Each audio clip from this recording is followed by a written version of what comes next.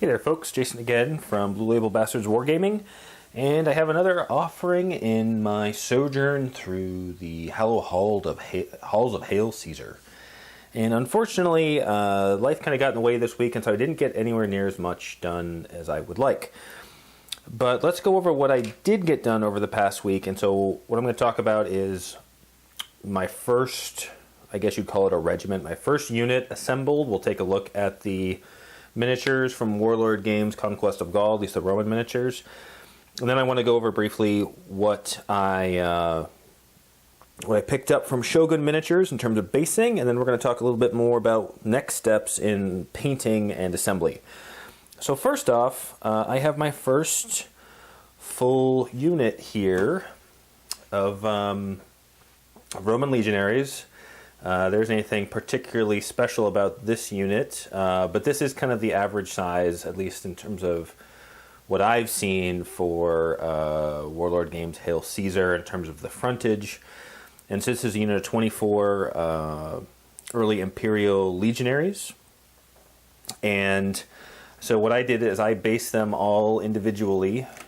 I'm going to just see if I can zoom in a little bit more here. Let's play this game. And so they actually came together, I think, reasonably well. They're in terms of quality, the mold didn't take too long to put together. Now I did get a little lazy, and I had plans to keep the shields separate and put the transfers on after I painted them. But I just kind of wanted to get them put together because I want to try to do a little bit more in the way of, I guess, speed painting, because it's, I mean, one of the reasons that I got a little bit turned off from Warhammer Fantasy was not the, wasn't necessarily the rules themselves, but it was this painting of so many models. Well, I kind of leaped into Hail Caesar, which essentially is more combat of ranked up infantry and chariots and cavalry and things like that. So you may be saying, Jason, what are you complaining about? I still love games like that, but the painting of them is a bit daunting. So I want to try some speed painting things, or things that will speed me up at least. I'll get to that a little bit later. But this is what they look like, and so this is what your basic box will come with depending on the size. So you have essentially what is a command group. You've got your musician, and this guy is a signifer. It's essentially the Roman equivalent of a standard bearer. And then you've got your Centurion here. I'll take a look at him really quick if I can. Come on. Yeah. So there's different ways you can pose them. You can put a sword in their hands. They do give you a fair number of different options in terms of posing. And the models look good. They're a little caricature. I don't think I'm going to be able to get it too much closer. No, but they're a little caricature-ish, but I think they're going to look pretty good. Good quality, not a lot of mold lines. The one thing I didn't like so much was, so these are 20 by 20 millimeter bases, and Warlord Games they're not mounted, as you can see, like Warhammer Fantasy. They come on bases so they can stand on their own, but you have to trim those down a lot to fit in a 20 by 20 millimeter base. I'm hoping this isn't going to cause problems from when I actually go to put basing materials down, because you've definitely got a raised area there above the base, but we'll see about that. So on the whole, the models themselves went together reasonably well. One of the things I didn't like so much was they actually didn't come with directions. And, you may ask, well, Jason, there doesn't look to be too many options here. But when it came to, because they've got a lot of different, one of the good things about them is very posable. For the command group, figuring out which arms went to what, it wasn't quite as self-evident or obvious as a lot of Game Workshop kits are. And unfortunately, that's what I'm going to end up comparing them to a lot. But I got it figured out, trimmed the bases down, and I'm really happy with the way the unit looks. If you can see here, so I made this 3 ranks deep, and you've got different options. Obviously, you can put shields with all the guys, make the command group. And you've got enough to make about 2/3 of a unit. In fact, no, I had to raid another kit. What I did was, when the Romans go into combat, when they're moving towards their opponent, they'd throw their pilums, or plural, and then they would draw swords and go into combat. So I didn't want them all looking the same. So if you see here, the first rank has swords drawn, and the second rank, maybe it's easier if you look at it this way. You can see the second rank is drawn back their pila, and then the third rank is standing ready to throw. So what they would do is, or at least it's my understanding, other people out there may correct me, as they move forward, they would throw their essentially large weighted spears into the ranks and then draw swords and get ready to go into combat. These guys, just for some visual interest, I had them kind of in the varying stages of this. So all in all, the models are cool. There's enough variation in the heads and the poses, so they're not gonna, I didn't want them looking completely non-uniform, but it does personalize them. That's one of the things I don't like about some other historical games, is it's very kind of old school cookie cutter looking models. That is not the case with Warlord Games. So two thumbs up for Warlord Games models themselves. Yeah, maybe a thumb down for the lack of directions. But them's the breaks, I guess. But so what I want to talk about now is obviously, so you don't get the bases, and I talked about this in the last review of the Conquest of Gaul starter set. I've since bought a couple other boxes, and you don't get bases in any Warlord Games kits.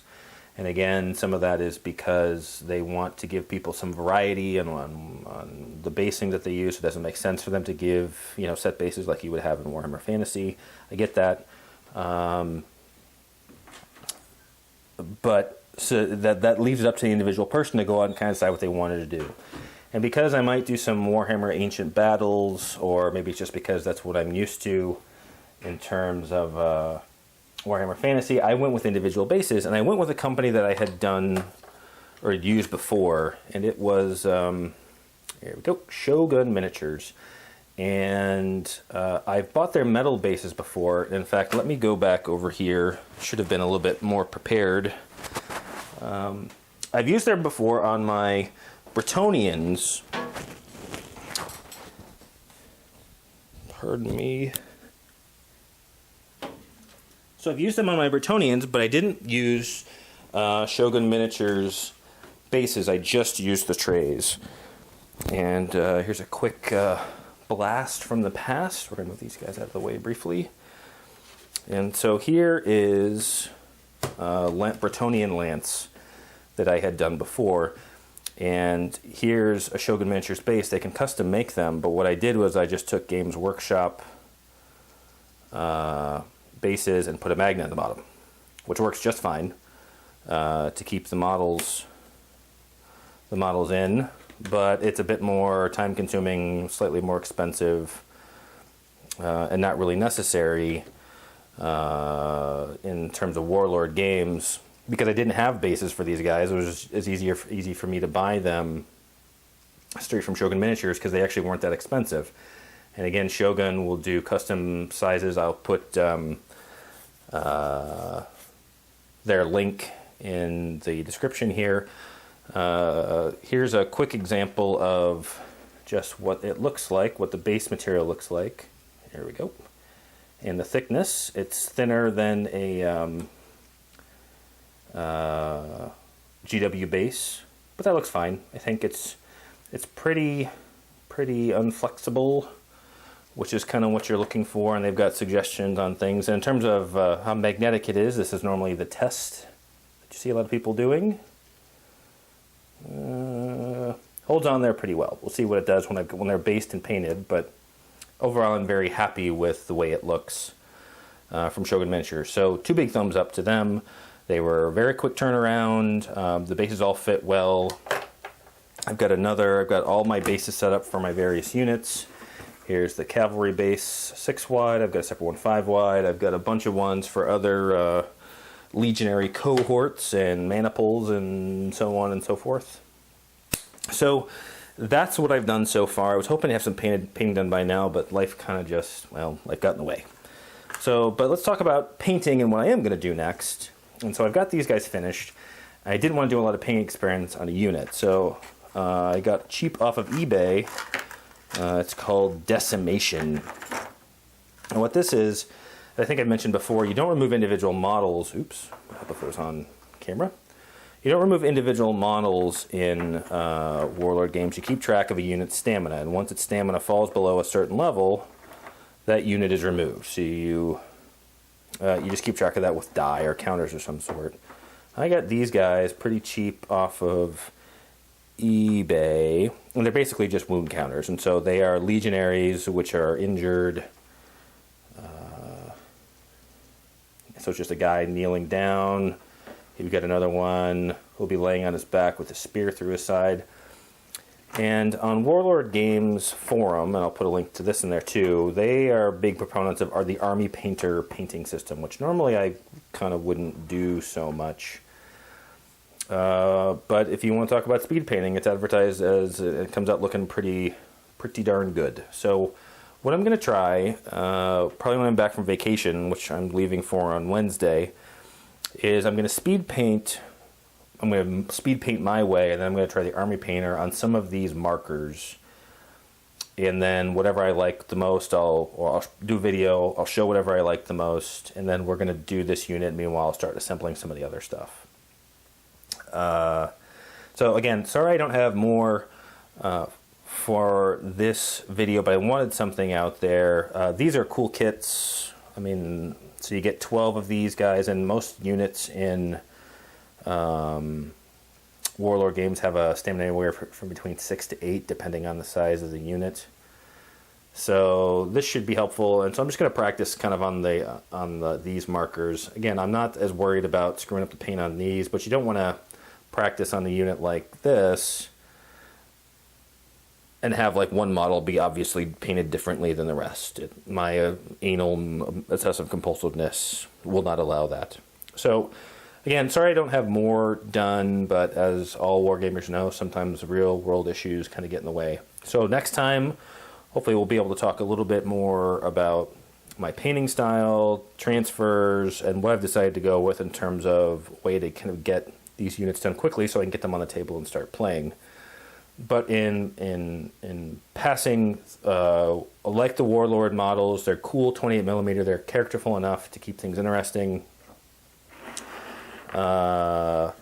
They kind of give, in my judgment, the illusion of both a big unit and a small unit. 28mm, it's hard to get kind of that majesty on a 4x6 foot table of what real combat would look like, but I think these guys are representative enough. Really pleased with Shogun Miniatures. Give them a look, particularly if you're doing Hail Caesar, because you're going to need to buy bases anyways, and they will make them any size. You don't have to do the individual bases like I did. You can do larger ones. Like their trays, like their bases. Hopefully they'll make things really easy to transport, so send some business their way. And then the counters, yeah, they look cool. I don't think they put a whole lot of tremendous amount of effort into them because they're counters. But we're going to give them a paint up next time. And so again, this is just a quick video, and so hopefully we'll see you guys in the next installment, probably in a couple weeks. I'm probably not going to make it next time because I'm headed out to Arizona to see some family and not bringing my paints and modeling stuff with me. So I hope you guys have happy holidays, whatever you celebrate or don't, or at least enjoy the time with friends and family. Try to get some more gaming in. I will be envious, but I hope to get into some soon. So take it easy, ladies and gents, and keep on wargaming.